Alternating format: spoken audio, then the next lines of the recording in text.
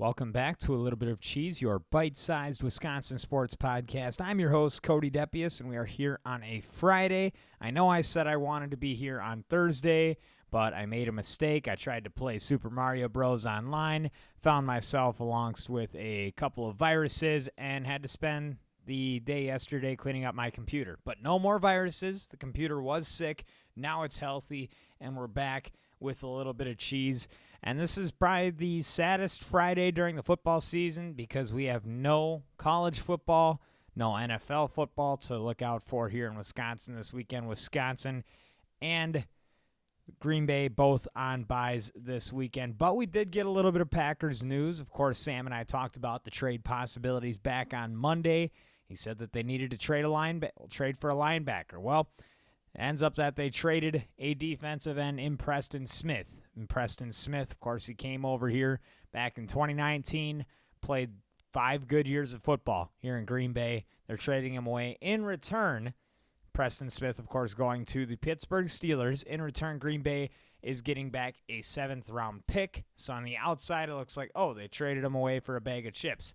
But they also got to dump a lot of money off of his contract, and this creates a lot of room in the salary cap. To look at these specific numbers here, Green Bay's trade of Preston Smith will create, and this is from Ken Ingalls at Packers Cap on X, and he said that it will create $2 million in 2024 salary cap space, about $10 million in 2025, $18.2 million in 2026, and over $1 million in 2027. So a lot of money being saved by this deal.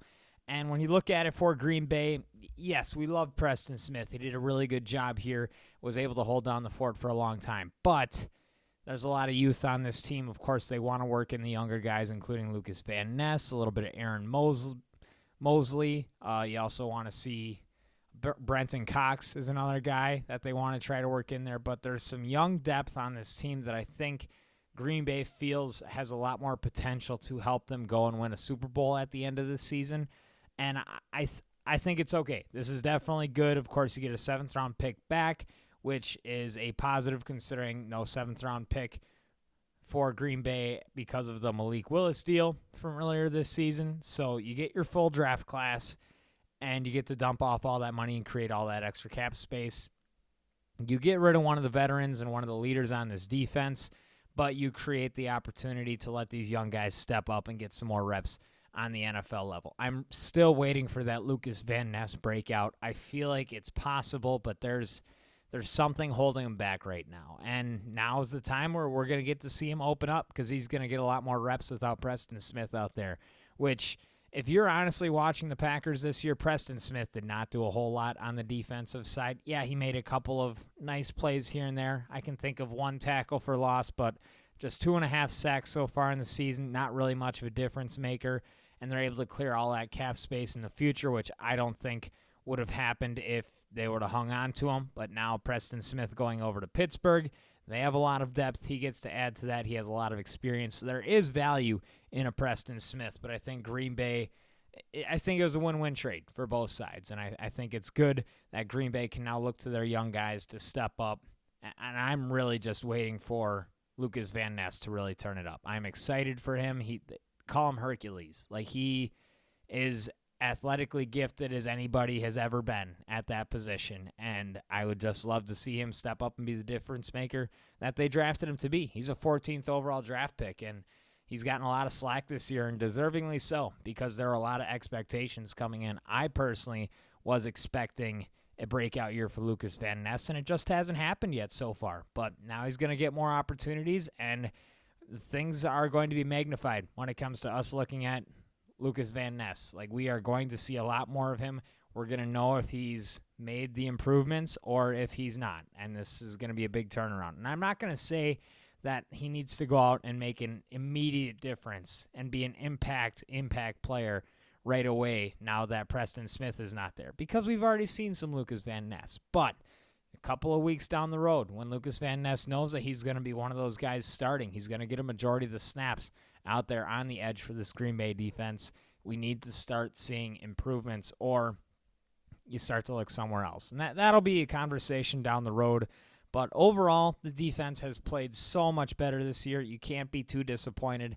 This just opens up a little bit more for Jeff Hafley, and hopefully you get to see some development from the younger players, which is always the most exciting thing about football. Of course, you have your guys that have already been there and done that, like a Preston Smith, but you're always just a little bit more excited about those younger guys that have the potential to be even greater than what a Preston Smith was. And Preston Smith is a pretty darn good football player. He's a Pro Bowler, and he held down the edge for that Green Bay defense for quite a while.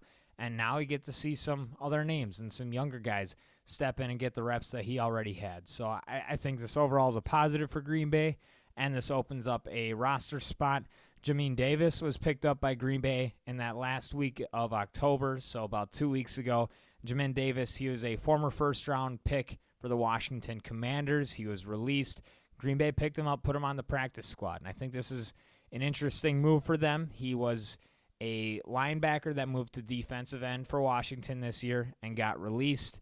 A guy who's only 25 years old. There's still football left in the tank, of course. I bet that he's the guy that possibly gets pulled up and given some opportunities on this Green Bay roster as well. Of course, a guy with a lot of athletic talent, drafted in the first round. He's a guy that a lot of people have a lot of high hopes for, and he hasn't lived up to it, at least in Washington. Now he's going to get some second life in Green Bay, which we've seen on a couple of different instances where Green Bay gives guys some extra life and they play their best football. I think Eric Wilson at linebacker this year is one of those guys. Rasul Douglas from 2021, when they picked him up, he was released. And they picked him up and they turned him into probably one of the top 20 quarterbacks in the NFL. And then they ended up trading him for a third-round pick, I believe. So there's always good second life to be found, I think, in Green Bay. You got to be excited for a guy that someone else is giving him an extra chance, and now maybe an opportunity opens up now that Preston Smith is no longer on that line. So some interesting Packers news as we get to watch the NFC North play this weekend. Detroit, of course, looking very scary at the top, but they have a tough game this week. They will be playing Houston. Chicago, I have to go back to my memory. I'm going to be honest here. My memorization of the NFL schedule is always pretty rough, which is why even during last show, I completely forgot that Wisconsin also had a bye week. So I thought that we were going to be prepping for some games today, but that's not the case. Just a bye week in the NFL sense. Chicago will be taking on the New England Patriots. That's a game that they should win, but you can't promise anything. And the Minnesota Vikings, they have a must-win game at Jacksonville. I'm calling it must-win because they have this 3-week stretch here, which I think Minnesota is going to start to fall off a little bit. I talked about it before. They're without their left tackle, who's one of the best in the NFL, and I think Sam Darnold is going to get exposed at some point this year. They have to keep winning games, and these next 3, they're going to be pretty crucial for Minnesota going down the stretch because it gets a little bit tougher after that. So you have Detroit at Houston. Chicago is taking on, I just said it, the Patriots, and then Minnesota will be taking on the Jacksonville Jaguars. Those are the NFC North games this weekend. We'll look at those, and we'll get back to those on Monday, but that is your NFL news for today's Friday show. We'll look at the Brewers just a little bit. Willy Adames sweepstakes are heating up. The Brewers did offer him the qualifying offer, just over $20 million. Adames is not going to take that.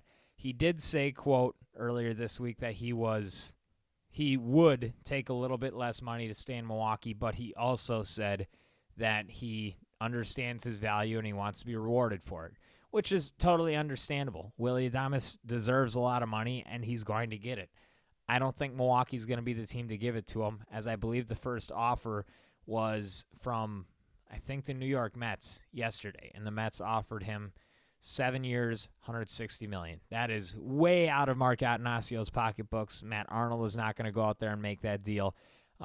So Willy Adames, we've been preparing for this, but now the sweepstakes are heating up, and you have the high money teams looking at them: the Boston Red Sox, the New York Mets, Chicago Cubs, San Francisco Giants, the LA Dodgers. All these teams that have a lot of excess money, or maybe not even excess money, but they have the opportunity to spend more money where Mark Attanasio doesn't want to for the Milwaukee Brewers. And Willy's going to get his bag, and he's going to go play somewhere and probably fall off after 2 years, and the Brewers aren't going to look that stupid because they're not making a long-term commitment for a player who's going into his age 30 season, where I very easily see a decline offensively, and we've already seen a decline defensively as he was not a good shortstop this past year, and he's going to need to improve to continue to be a major league shortstop. I expect that they move him to third base at some point, and his bat better stay up if you play at third base. So we'll keep eyes on that, but don't have any expectations at all that there's a possibility that Willy Adames could end up in Milwaukee. Like, there is a 99% chance that he ends up in a different uniform next year, and we'll see where that ends up. Other Brewers news, Matt Arnold was named the MLB Executive of the Year. Very well deserved, as he stepped in 2 years ago as the president of baseball operations and was one of the big reasons why this Milwaukee Brewers team, even though they were not expected to do diddly squat this year, were one of the best teams in all of baseball going into the playoffs. And then we don't need to talk about the playoffs. So congratulations to Matt Arnold, very well deserved. He is one of the best, if not the best, in the front office in all of baseball, and I'm just waiting to see the kind of moves that can happen this offseason. Of course, you know that Willy Adames hole is going to need to be filled, and it's probably going to be at third base, and the market for third base is not great. They have already declined Devin Williams' offer, and they're only going to pay him, I believe, $9.5 this next year, so there's a very good chance, I would say, that they trade Devin Williams away. Maybe that can help bring a third baseman in, because the free agency market for the third base position in baseball as a whole is not great. So we'll see what Arnold can do with that. But in him, we trust. He has made a lot of things happen out of nothing. He's one of the best that you can have do it, and he's getting awarded for it here.